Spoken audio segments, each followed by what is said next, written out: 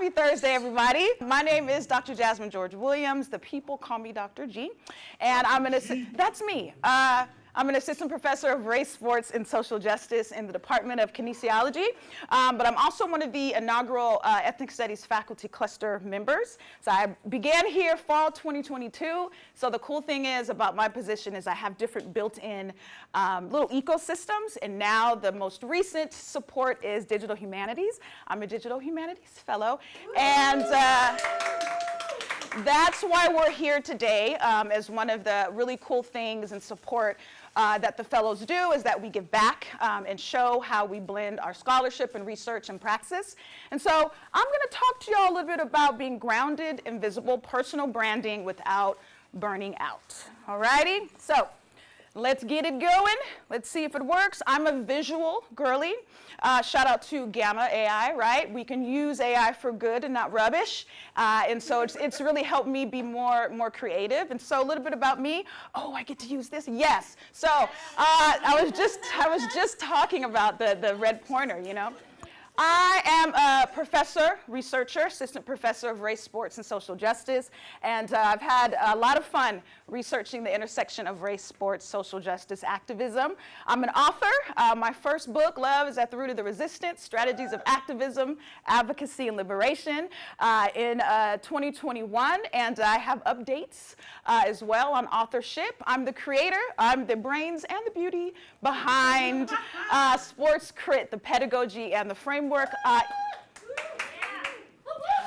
did that. I did. I'm a former basketball player and coach, so those are in the room that have been in my class the first day of school. We go through the syllabi, but I also let them know, and that's for the Zoomers, my jump shot is still wet, okay? But if you want to see me on a Friday, I need to start stretching on Tuesday, okay? So I still got it, but you can't just pop up on me now, okay? Sciatica, shout out to Titus, and, torn, all the things. But, yeah, my love for sports, I'm the only girl in my family, and so I'm actually the better athlete, but anyway. But just playing sports, and that's been something that I think has saved my life through many, many junctures of heartache and also joy, yeah? I'm a mama, wife, and partner. 2 little chocolate drops call me mama. What? And that's why I have my glasses on, because we had a rough night last night. We're trying to get them out of our bed, and so they didn't. But this is Austin and Blair, and I started here at Cal Poly when Blair was 6 weeks old. So I kind of know where the bathroom is now. It's taken me about 4 years, right? But I can track Blair's growth through, my time here at Cal Poly. Scholar, activist, like I said, the creator of SportsCrit, which I will share more, and I'm a podcaster and digital humanities fellow. That is my podcast, the SportsCrit Lab, and we're going to talk more about that. So that's me, that's Dr. G, and so I want to talk to you a little bit about why we're here. What is SportsCrit? So as I shared, all of those identities that I bring into every room, and by the way, every room that you walk into, you belong, okay? Just want to let you know, but those aforementioned identities has really helped me cultivate SportsCrit. So like I said, I am part of the Ethnic Studies faculty cluster, and they have a yearly symposium where they share some of the scholarship and what we do, how we bring our Ethnic Studies scholarship into our classroom. So, 3 years ago, March 2023, I shared about how I talk about sports, race, and social justice, and I call it SportsCrit. And so I break down, I gave a little bit of a shot glass of what I do, a little bit of how I walk students through that process of seeing that sports is not a level playing field, and there's been systemic and historical patterns to identify that. And one of my wonderful colleagues, Dr. Marisol Diaz, she said, "Girl, you have created a pedagogy." And I said, I guess I did, right? And so since March of 2023, I really started to think about how I do the thing called SportsCrit. And so that's my pedagogy. And what SportsCrit asks is it blends critical race theory, right? That was my heart and soul, and I've built on that and created new tenets, right, that apply specifically to sports. I blend critical race theory, sports education, media studies, ethnic studies, and athlete activism as well. And so the beauty of it is that I am here at Cal Poly in the Department of Kinesiology, and I get to bring my full self into the work. This is so cool. So thank you. Thank you. And I want to say that is sometimes that's a rarity. So, you know, institutional fit is real, and find a place in a space where you can bring your full self. And I'm happy to say that the Department of Kinesiology just lets me be, and I appreciate that a great deal. So in the classroom, these are some questions that I challenge my students when I use my SportsCrit pedagogy and lens. I ask the students, and I'm going to ask you all as well, when we look at a particular event or moment in sports, who benefits? Okay? We have to look at systems first. Before we can interrogate individuals, we have to look at the system, right? And then who benefits from said system. The next thing I ask my students, and I'll ask you all, is who is erased in these moments, okay? In these very pertinent moments throughout sports history, who's erased, okay? Then I ask the people who controls the narrative, right? Now, media studies, like I said, is very deeply ingrained in SportsCrit, and so social media, documentaries, I mean, we have a blast with all the different resources. But then I said, who profits from that system? And so these start the ball rolling, the juices flowing of students seeing the Super Bowl. It's not just the Super Bowl, baby, okay? And so we have fun. And so as we blend these multidisciplinary frameworks and theories, these are really the four structures and pillars, right, that if you're taking my Kinesiology 2290, Contemporary Issues in Health and Human Movement, or Inequalities in Sports, which is my KIN 4430, that's the hub of SportsCrit, okay? That's been the biggest playground, right? In the fall, I teach historical and social perspectives in sport. We look at all of these power structures, racial dynamics, athlete activism, and media framing. And so I ask students to take a step back, right? And they're asking the right questions. They just needed the vocab. And so I built a framework. And that's why we're here. SportsCrit, baby, okay? So let me share about how I got here and my process. Shout out to Wicked, okay? My Elfie nails, okay? This is intentional, right? So my teaching process, let's say I think of a moment. Let's talk about the Olympics or the upcoming Olympics, right? It's a moment, it's something that's happening here in our backyard. So I see it and I think about it. So I look at a headline or things along those nature. Then I think about what's the issue that we're going to talk about, right? Is it safe for all of athletes to come to the United States of America right now? Yes or no? Why not? Okay, so we're framing it. What are the issues that we need to really talk about? Because it's in our backyard. Cricket is going to be at the Fairplex, y'all. Okay, we're not going to be far away from the action, right? So I think about what's happening here. Then that's when I get in my playground and I scaffold and break down and create different ways that I can bring it to the students as I'm putting the syllabi together, right? And then I design projects and assignments. And then lastly, what's really cool is that's when the students become my co-conspirators, you know, if you will. And we share the scholarship in a myriad of ways. And so that's kind of the timeline.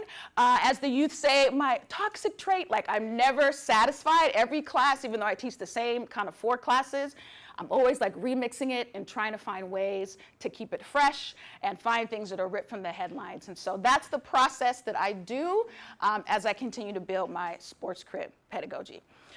Ultimately, good people, the students are the producers of the knowledge. I would not be here if it weren't for my fabulous scholars, right? And with that being said, some of the ways my students in the SportsCrit lab have built on their capacity, stretch them in their research and knowledge and digital humanities, right, and digital footprint are podcasting, right, and being editors of podcasts and videos, media researchers, digital storytellers, and of course, research. That's at the heart of it, research and praxis. But I definitely want to say that this work is collective. So I have my 3 amazing SportsCrit interns here, and so I just want y'all to, because we've got a little something special to show you, please just stand up, introduce yourself and your major, and then we'll go with the video. Nala, yeah. Yeah! You can stay right here, my dear, because I know what we're going to show. You're going to be like, ah! Okay, hello everyone. My name is Nala Williams. I'm a second-year kinesiology major. There we go. Happy to have you. Hey! Danita. Hello everyone, my name is Danita. I am my last semester in my 4th year of kinesiology, and then I'm applying to continue so I can work with badasses like Dr. G. That is the best compliment that a woman can get. You know that, right? Being a badass, so thank you. Titus, take us home. Come on. Hi guys, my name's Titus. I'm I'm a senior in kinesiology. I've got to graduate this semester, and yeah, that's about it. I have sciatica. That's my personality. Thank you. All right. Thank you. So my wonderful student interns have been working on some fun things, and then when me and the Digital Humanities crew said, hey, let's have a workshop, let's put something on, we all 3 or 4 went to work. And so I want to share a little bit of some of my creative intern, my creative director, Titus, some of the work that he has done. And I want y'all to meet the intern. My name is Nala Williams, and how I'm feeling about the internship, I'm excited. I'm really excited to meet new people and kind of shadow Dr. G and what she does day to day at CPP. Yeah. That's what's so intriguing about working with her, and especially with this opportunity. I think it's frankly a blessing that I don't think I express enough gratitude for. So absolute gratitude for that. So I've actually really enjoyed working with Dr. G because number one, my interest when I graduate and get into the master's program is to go into the project-based thesis. And this is actually a great way that's setting me up for it. Plus, she's so flexible and she lets us do our own work in the sense of where we have complete creative control. And it's nice because it allows me to expand what I want to do and then at the same time help promote her program.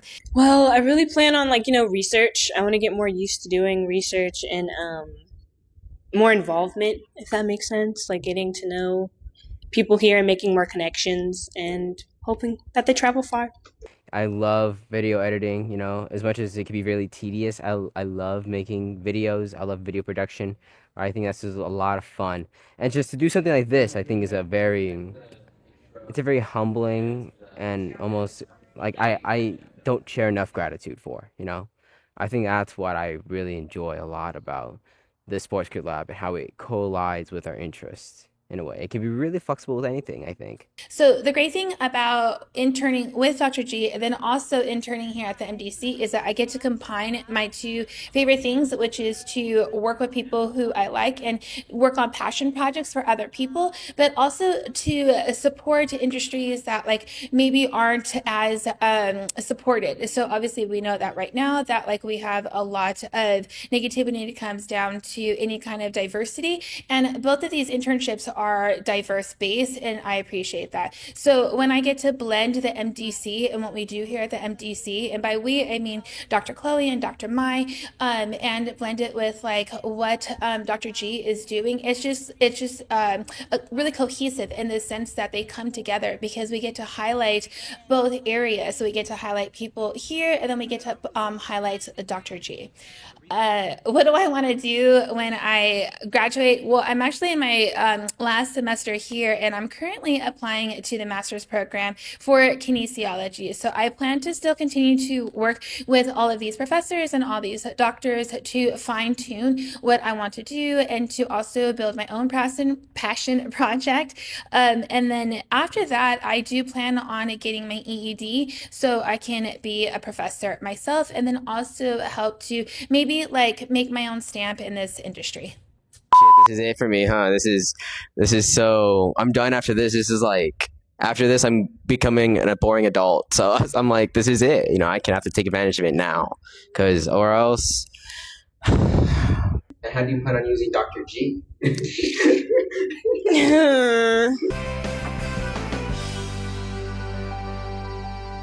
Snippet bit of the creativity, right, that my team does. That's their roles, different lanes, and we have a lot of fun, right? So moving on, in the SportsCrit lab, in my hashtag SportsCrit classroom, we have, it's an action, right? It's praxis, it's research, project-based, and so we do a lot of assignments, but these are 3, and then I'll highlight another one that I have a lot of fun with, and the ways that the output that students create is just the coolest. So media framing, like I said in SportsCrit, media framing is one of the core hubs of realms that we study, right? And so students do different media framing analysis. We just finished the documentary on Netflix, Malice in the Palace, from November 2004 with the Pistons and the Pacers. And so there's a lot of media framing that we can analyze there. So they do different analysis. In my 2290 Contemporary Issues in Health and Human Movement, we center health equity a lot, right? That's one of the main tenets in the social determinants of health, is one of the frameworks that we utilize. And so students, they are presenting right now, they're having wellness complex presentations. So I serve as a billionaire ready to fund these wellness complexes, and they utilize the social determinants of health to create said wellness complex. And then anything with regards to what's going on now, particularly with regards to athlete activism, we have case studies. We look at one of the tenets of SportsCrit is justice is historical, futuristic, and present. And so in my fall classes, Kin 4450, students do a sports justice like team, right? So if they're drafting athlete activists throughout history, and so they are putting together pretty cool either podcast episodes or case studies, right? And we have some good time, but I don't think we'll fully be able to really grasp the day in the life of the SportsCrit lab. And so my wonderful intern, captured a day in the life in my hashtag SportsCrit classroom and in the SportsCrit lab. So buckle up and enjoy.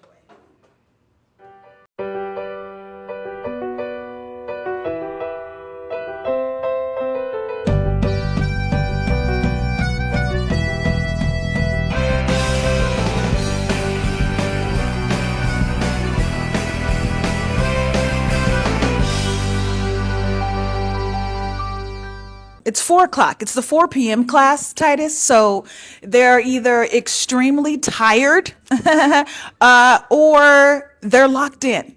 You go, hey, Meta. What is known about SportsCrit pedagogy? And there's music. Was it playing? Oh, because it's a really good class. Oh, this is cool. It's too much money, so I don't want to. And you get an A+, and you got your jug. Yes, sir. All right, I don't want to waste too much more. All right, the sound is tripping, y'all. So that's why you're looking at my screen. You can't really read the board when she puts up the presentations. I don't know, that's just what comes to mind, but I can't see it unless I have my glasses, and even when I have my glasses, I can't see it. And I think no one wants to say anything about it. But the beautiful thing is that we don't need sound today, but we need it for Wednesday. Okay, today's the last day that we're going to be working on the Wellness Complex project in class. So the students are doing a Wellness Complex project. It's going to be for their midterm project. They're using the social determinants of health to create a never-before wellness project where it's centered in social justice, and they're working in groups. There's architectures, there are researchers, social determinants of health, experts, you name it. So I'm looking forward to seeing what the students are going to do. How is everyone doing? Just throw up your set. How are you doing on this fine Monday? Who got tore up with the time? Anyone get tore up, or was it just like toddlers? I didn't think they sleep anyway, and I lost a whole hour. Probably one of my favorite teachers I've had so far. It's only my first year here, so I'm really liking it. She's probably been the nicest teacher I've had. Please convene in your groups. My wonderful SportsCrit intern, Titus, we're putting together like a day in life. Yeah, today we're just going to be here interviewing kids and terrorizing them with questions. Hey, bro, is it cool if I interview you for the video? If you're cool with that, you don't have to. Yeah. You're good? No worries, bro. You'll go. You want to run back for another interview? You're good. Yeah? Gotcha. So how do you feel about your project right now? Oh man. Definitely more of an abstract project than I was thinking. It is like it's fun to build something like this, but it's a little bit harder than I thought it was gonna be, and it has a lot of big big ideas that I wasn't ready for. It seems kind of easy, like just doing it right now, especially the people I'm working with. I think we're working together pretty well. Honestly, it's super fun. I like the idea. I mean, I wish it was like a real project, like something that we can actually work on because like the availability of having like unlimited funding is like, it expands a lot of resources and different opportunities. And it sounds cool. Like I was actually texting my partner right now because we're a 2-person partner group. And I was texting her. I was like, this actually sounds cool. Like this sounds like something I want to do. And we're incorporating like our current struggles right now, like as students and like what we look for. And we're also taking a look at other minorities or complications and stuff and see how we can accommodate to them. And it's actually, I find it really fun. I wish it was something we can do like in real life. Feel all right about it. What's your least favorite part about group projects? Oh, definitely getting everybody to do their part of the work. It's rough, man. I think my least favorite part is dividing the work, especially when we try to talk about it. We all like don't want to be the one that takes charge, so that's kind of hard. Normally people don't have the same priorities, at least in terms of grades, as I do. So I like want to make sure I get like 100% or the most points I possibly can. And when somebody slacks off, I know I have to like either have like backup work ready to turn in for them or stuff like that. So it's just mainly like not the division of work not being divided equally. Do you care to see other people's projects? I do kind of. I just want to see what like they're working on compared to ours. I know that we had a different we had opportunities to work with different groups of people in different like minorities or different communities.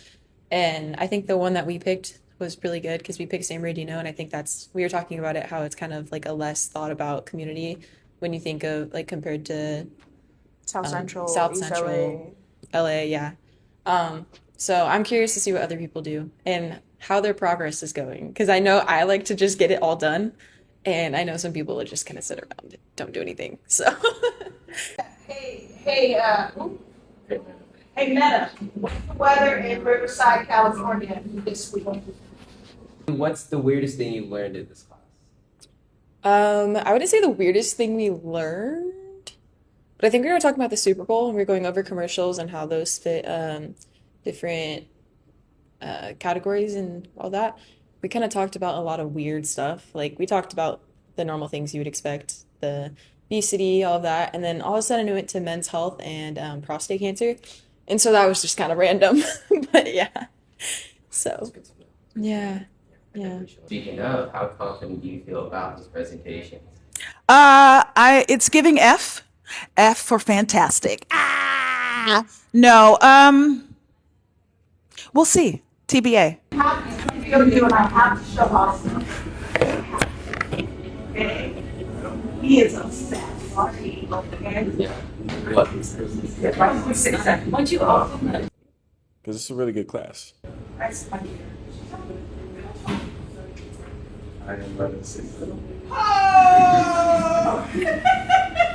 She's super understanding. She's super outgoing and bubbly, which is super cool because like in a class like this, it could get awkward, and she makes it so you don't, and you never feel any sort of way, which I really appreciate. But yeah. Do you think Dr. G's classes made your semester easier or harder? Honestly, I think it made it easier because the way that Dr. G teaches, I feel like she's really lenient, and I don't feel stressed when I go to class. Like I actually look forward to it, especially people in the class, like since kinesiology, especially since it's my major, I'm even more excited to go to it, and just the way she teaches, I like it. For you, please don't forget to sign in for those that took a little time to cheat me and record for our podcast. Thank you. Wednesday, we will begin documentary camp. And like I said, I will put up the directions for your health log number 3. I hope y'all enjoy it. It's a really good documentary. Okay? Any thoughts, questions, anything I can clarify for the people? Okay? All right. Get out of here. Don't get excited. Be well, be careful. See you next time. And that's what it's done.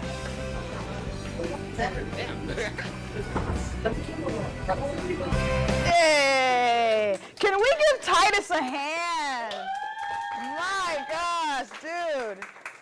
Yeah, that was incredible. He sent it in our group text, and we were like, oh my gosh, this is wonderful. So thank you, Titus, for putting that together. So that was a day in the wild, right? In two of our classes that Titus came and he said accosted the students and asked them questions. Well, the one project that even got me here to start working with the Digital Humanities Consortium is my podcast, SportsCrit Lab podcast. And so something that I'm so proud of, I launched it last year. My first book, I launched it on my birthday week. Last year, I launched the SportsCrit Lab podcast, and so I'll share a little bit later, but SportsCrit in action when theory meets practice. So this is our SportsCrit Lab podcast. This is the final project in my Kin 4430 class, and depending on what's going on in my contemporary issues class, students do a rip from the headlines podcast, and that's usually centered in some sort of health or equity. But Titus put together a really cool highlight reel of some of the podcast episodes that our students have done and that we're really proud of. So one more video, buckle up. I hope you enjoy it. Hey class, our group podcast is untitled. I have no clue. We're just brainstorming, but I think it's gonna be fun.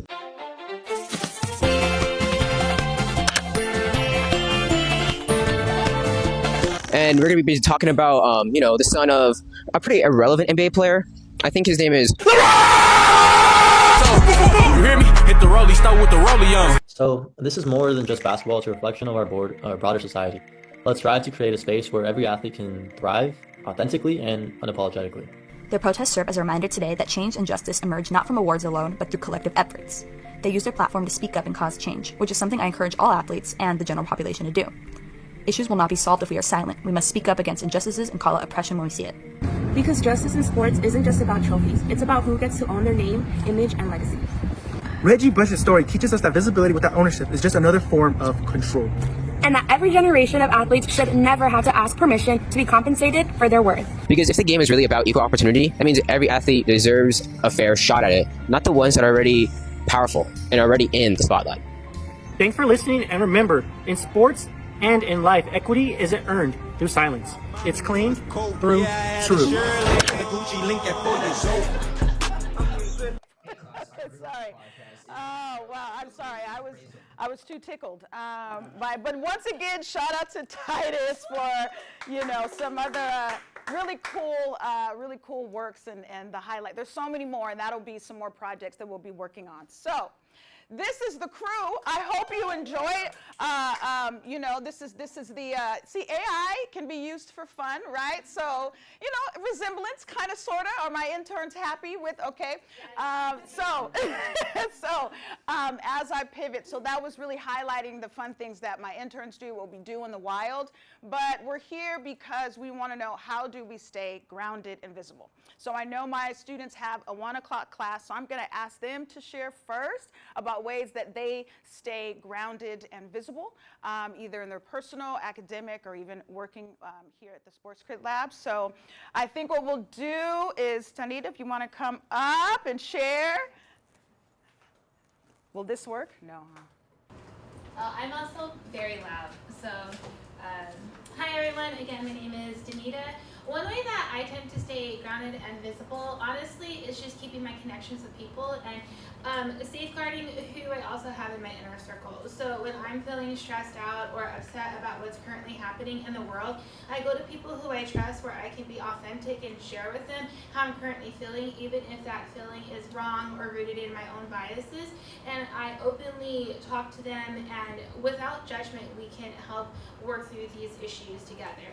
And most of the time, it's definitely helpful to do it over margaritas and nachos. Extra tequila just always helps get the brain more organized. But Yes.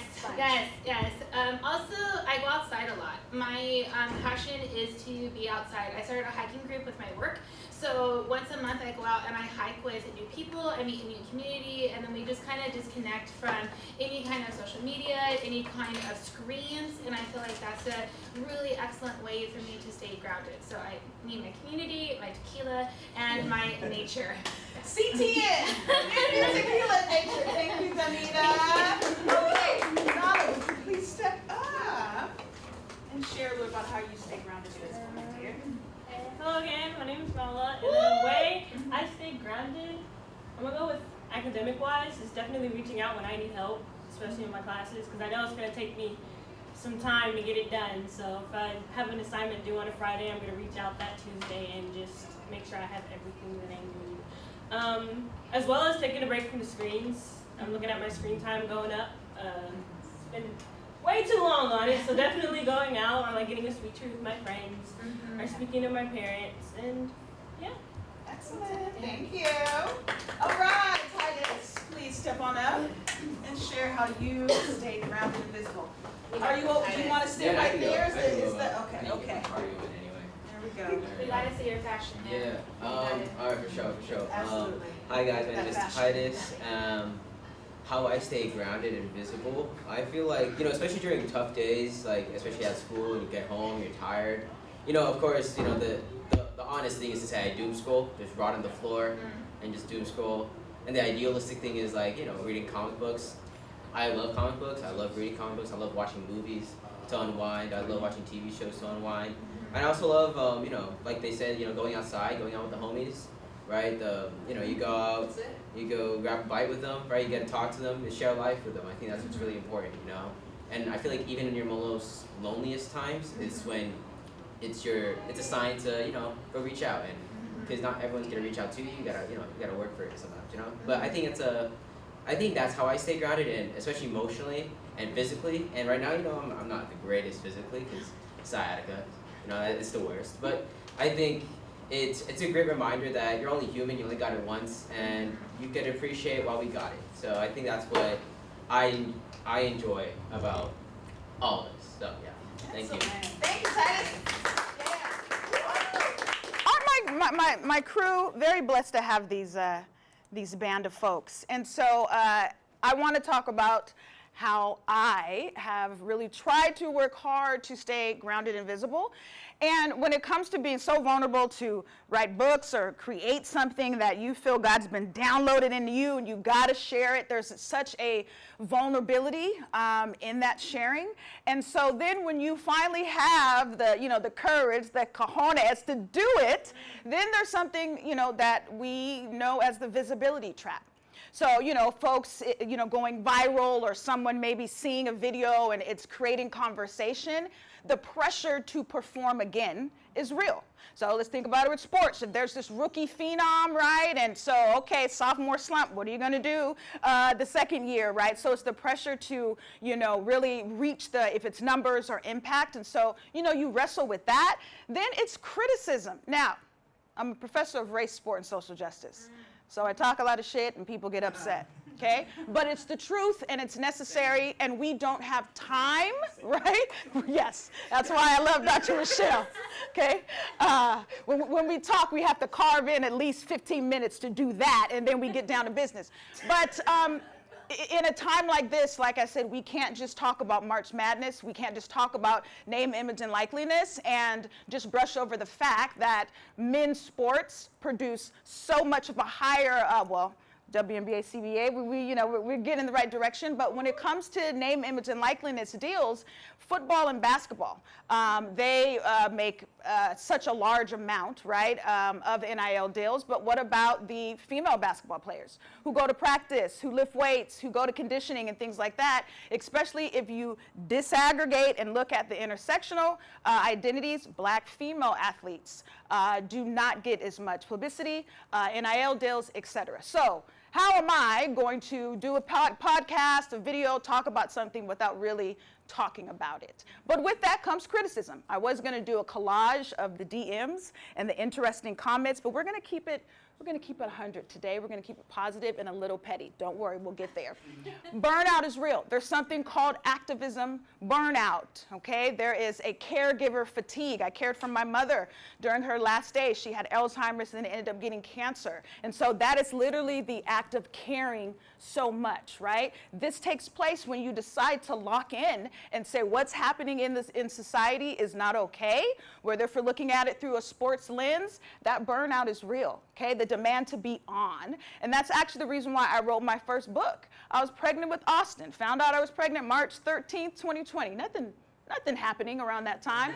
Pretty mellow time in society, but we were home, right? And there was this crash of consciousness because everyone was at the house. We were doom scrolling, but we also were privy to see lynchings and murders, right, of Black and brown folks. And so I started to get all these calls and texts. Jazz, Dr. G, sis, I'm sorry if I've microaggressed you. What? My goal during that pandemic was to incubate free Black life, and I did it twice, right? And so I went back to the drawing board, and I wrote Love is at the Root of the Resistance because I wanted to provide folks that are stepping into their calling a guide, right? And so you feel this demand to always be on, producing, responding, presenting, and sometimes that can erode your creativity. I've been there. And then lastly, performance expectations, the same thing. Are you going to do it again? Are the people going to, receive you in the ways that they did at first?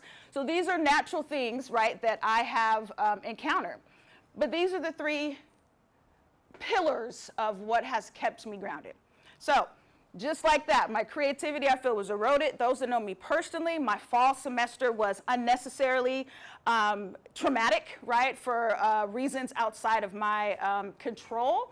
And so my nervous system wreaked havoc. And so I didn't have the creativity to just do a couple podcasts over the break. I had to reconnect with my nervous system. And so I created something called somatic liberation. I started to learn more about somatic therapy, somatic yoga. It's really trying to regulate your nervous system. And so staying grounded with going outside. I always say, hey, get your feet in some grass, right? Connecting with your body. But then on the SportsCrit lens, when we think about athletes, their bodies are commodified and they're just seen as objects. And so I utilize examples like Simone Biles, Michael Phelps. They said my health is more important, and their bodies, they took back their power and they are liberated. So that's like personal, and of course, SportsCrit is always in the mix, right?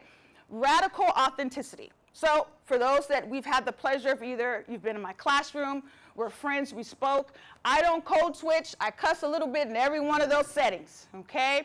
And so easier said than done, good people, but staying true blue to yourself, that's what's going to set you free. Now, I know that we are in spaces where systems have systemically silenced us, but you're here because you're curious and you're about that life. You may not know it yet. Yes, baby, you are about that life, right? And so refusing to perform a version of yourself will continue to erode your soul, right? And so we can't do that, especially in times like this. We need creativity and we need fearlessness. And lastly, community over performance. I appreciate y'all being here in the flesh. I appreciate y'all being here in Zoom because there are some things that I have to share. Today was divine, right? 3 things that I know, whether we're scholars as adults or we're students. Think about frameworks. Think about ecosystems of support you can build. Papers are good, but what are you going to do with your thesis? Are you going to create something that's going to outlast you and outlive you, right? Then think about, as me, teaching publicly, but as scholars, you're always teaching someone. Is my sound tripping? Oh, yes. You can see animated Dr. G. Teach publicly, right? The classroom is not a container, it's a launch pad. And I'm here in any way, shape, or form to help you continue to build on that.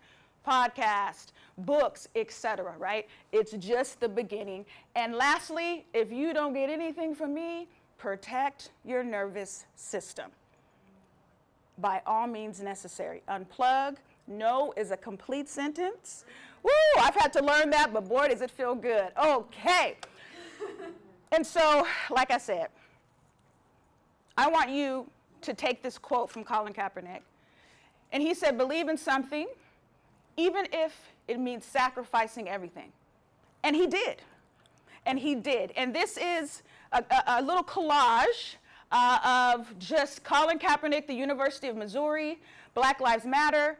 When I was getting my PhD, these were things that were percolating, formulating. So imagine me being a PhD student in that space. And the reason why I said today was divine, because look who my husband met today. Dr. G. And I said, whoa, whoa, whoa, whoa. It was divine. So I was a little late because I added a few things. Because I'm so happy to share with you that my book, Teaching the Tough Plays, a SportsCrit Pedagogy for Equity and Sports Education, will be launching this summer.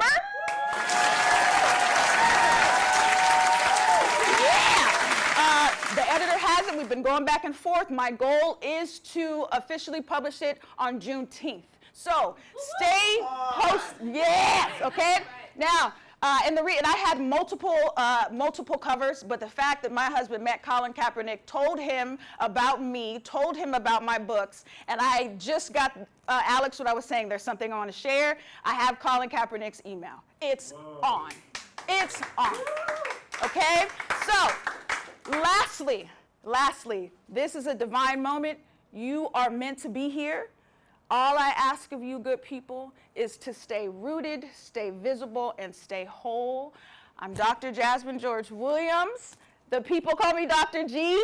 And thank you all for spending a little time in this